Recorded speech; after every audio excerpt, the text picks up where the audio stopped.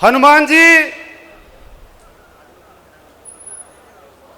पूरे राजस्थान के अंदर आज हर वर्ग की जरूरत क्यों है, ये हम लोगों को सोचना पड़ेगा, मंथन करना पड़ेगा। ये मैं इसलिए बता रहा हूं कि मैं भी पहले पुलिस में था, 2000 के अंदर पुलिस के अंदर भर्ती हुआ था श्री गंगानगर से। 12 साल पुलिस की नौकरी में मैंने देखा कि कुछ अधिकारी कितनी अनैतिकता करते हैं। जो जेलों के लायक है वो कुर्सियों पे बैठे हैं। लेकिन दुर्भाग्य ये था कि राजस्थान की जो भी सरकारें रही, चाहे कांग्रेस रही, चाहे बीजेपी रही, इन्होंने हमेशा बहुत से भ्रष्टाचारियों को सरेआम संरक्षण दिया है।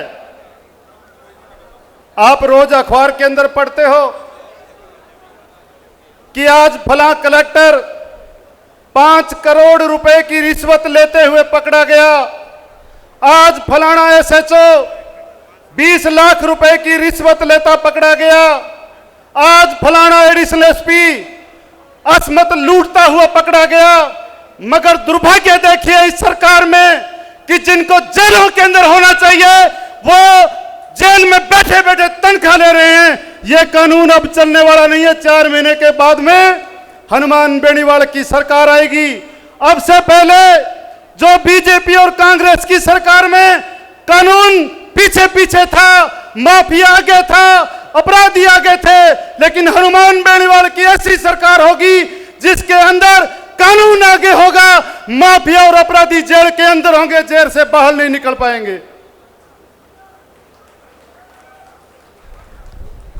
क्या है हमारे इस राजस्थान में जो कांग्रेस और बीजेपी के लोग हमारे पास वोट मांगने के लिए आएंगे, क्या मुंह लेके आएंगे वो कि हमने रोजगार दे दिया? उनको गांव के चौराहों के बीच में खड़ा कर लो और उनसे ये पूछो कि बताओ हमारे गांव के अंदर कितने लोगों को आपने इंडस्ट्री लगा के दी, कितने लोगों को आपने रोजगार दिया? धक्के खा रहे हैं हम आपकी सरकारों के अंदर, ताकि उनके कान खुले। ये सवाल जवाब अगर नहीं करोगे तो ये यूं ही भ्रष्टाचारियों की सरकारें बनती रहेगी। क्या हालात है हमारे राजस्थान के अंदर किसानों की? कितने हजारों की संख्या में हमारे किसानों ने फांसी के फंदे चूमे हैं। क्या हो गई कर्ज माफी? इनसे बड़ा गप्पी नहीं गपोड़े हैं ये। एक 15 लाख के वादे किए थे और इनका जो मुखिया है, याद करो पिछले विधानसभा चुनाव से पहले वो जयपुर के अंदर क्या घोषणा करके गया था कि मैं 1 से लेकर 10 तक गिनती बोलूंगा, 1 2 3 4 5 6 7 8 9 10। बस 10 दिन में राजस्थान के किसानों का कर्जा माफ हो गया। क्या हो गया? मैं तो कहता हूं नोर की जूती बड़ी मशहूर है। बढ़िया तेल लगा के घरों के आगे टांग के रखो ताकि जूतियां देख के इनके घरों में जाने की हिम्मत ही ना हो कि हां अब की बार ये लोग हमसे सवाल जवाब करेंगे। अभी राहुल गांधी जम्मू कश्मीर के अंदर ट्रक में बैठकर जम्मू कश्मीर की कानून व्यवस्था का जायजा ले रहे थे। अभी 5-4 दिन पहले अमेरिका के अंदर ट्रक में बैठकर कानून व्यवस्था का जायजा ले रहे थे। मैं तो कहा थे नौर भादरा में जगह गरीब आदमी पिकअप डाला चला हुआ है, तूड़िया रोलिया के टाइम पास करे बांगे पिकअप डाला में बैठ के देखो थारी कानून व्यवस्था की है, क्या हाल हो रही बैठे। तो इतना बुरा हाल है राजस्थान के अंदर कि ना तो बेरोजगार को कोई नौकरी है, ना मजदूर को मजदूरी है, किसान चौपट हो गया, कर्जे के बोझ के तले दबा बैठा है। और हमारे राजस्थान के अंदर इन्हीं सरकारों की बदौलत लाखों करोड़ रुपए बीमा कंपनियां हमारे से बीमा करवा के हड़प गई। वो पैसे कहां गए, कौन पूछे इनसे। लेकिन हनुमान बेनीवाल की सरकार बनते ही सबसे पहले यही काम होगा कि जिन लोगों ने किसानों के बीमे के नाम पे पैसे हड़पे हैं, उनकी जहां जहां कड़ियां हैं, जिन जिन नेताओं के गिरेबान तक हाथ पहुंचेगा, वो सारे के सारे जेल के अंदर होंगे, बाहर नहीं घूमेंगे वो। इसलिए हम लोग हनुमान बेनीवाल से जुड़े। मैं जब पुलिस के भ्रष्टाचार के खिलाफ 2012 के अंदर सत्याग्रह शुरू किया, मैंने वो सत्याग्रह जो गांधी जी ने किया था, हमने गांधी जी से सीखा है। पूरे देश और दुनिया गांधी जी को सत्याग्रह के लिए पूजती है, मगर राजस्थान की पुलिस उस सत्याग्रह को अपराध मानती है। कितने बड़े दुर्भाग्य की बात है कि जब हमने सत्याग्रह किया तो आत्महत्या का मुकदमा दर्ज कर दिया। क्या सत्याग्रह करना आत्महत्या है? क्या उसी पुलिस की हिम्मत है कि वो गांधी जी के ऊपर सत्याग्रह करने पे आत्महत्या का मुकदमा दर्ज कर दे? हम इस बात को लेकर प्रदेश के बड़े मुखिया पुलिस अधिकारी के पास उस समय गए थे। हमने कहा, साहब क्या सत्याग्रह करना अपराध है?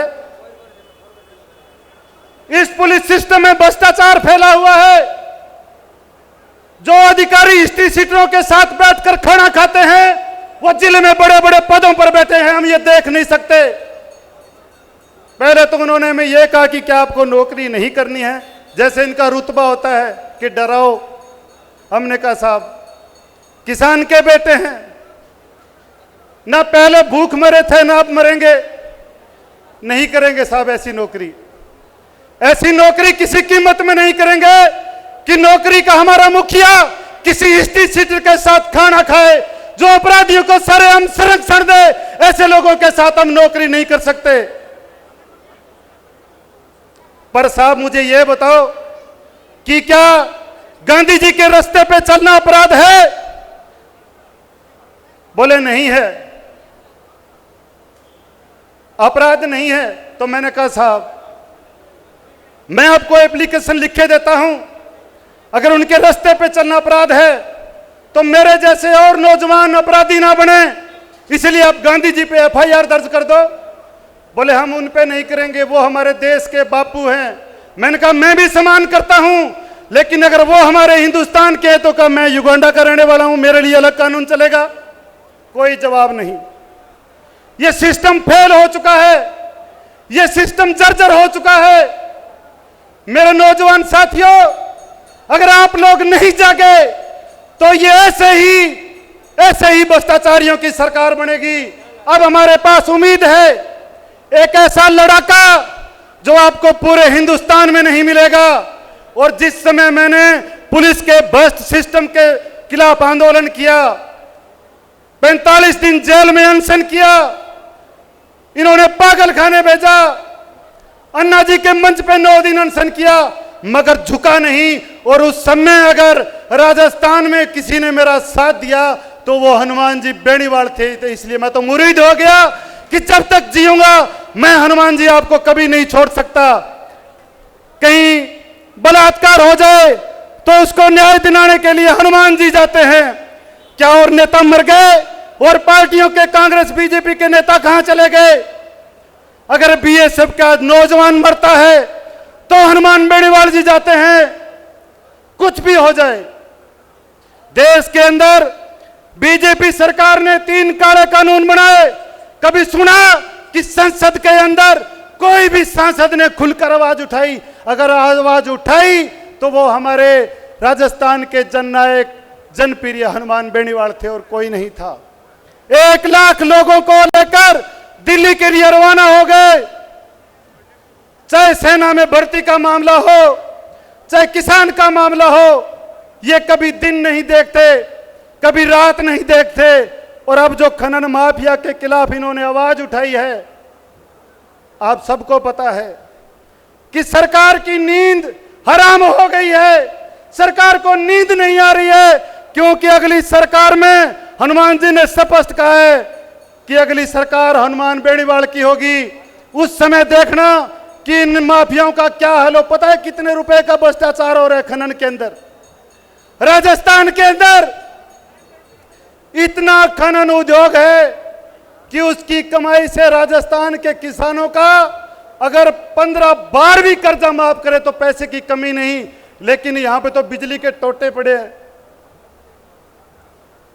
इनके पास जुमलेबाजी के अलावा कुछ नहीं, कोई बहानेबाजी जुमलेबाजी के अलावा कुछ नहीं। अभी कह रहे हैं कि हम आपको 1 किलो कोई खांड देंगे, 1 किलो गुड़, कोई पाइयो चाह।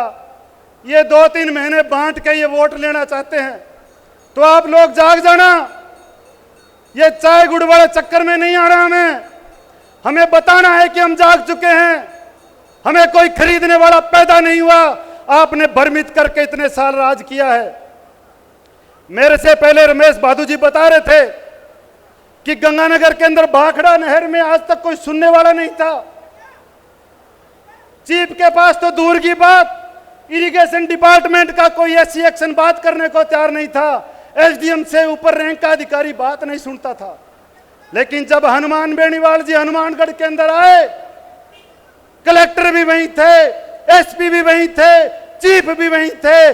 सारे हजारों लोगों के सामने यह पहला सांसद था जिसने फोन खोल के पंजाब के मुख्यमंत्री के साथ बात की और भाखड़ा नहर का आज पानी चल रहा है। वो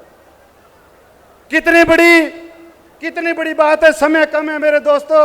मैं तो आपको इतना ही कहूंगा कि इस बार एक बार हमें जागना है और फिर देखना आप इस प्रदेश के अंदर भ्रष्टाचार की दुकानें कैसे बंद होती है। मैं ज्यादा नहीं बोलूंगा, बहुत वक्त है। जय हिंद, जय भारत। लेकिन जोर से एक बार नारा जरूर लगाना है, भारत माता की। भाई थोड़ा जोर से, कांग्रेस बीजेपी के लोगों को पता चल जाए कि अब हमारे चूल्हे उखड़ने वाली है। भारत माता की।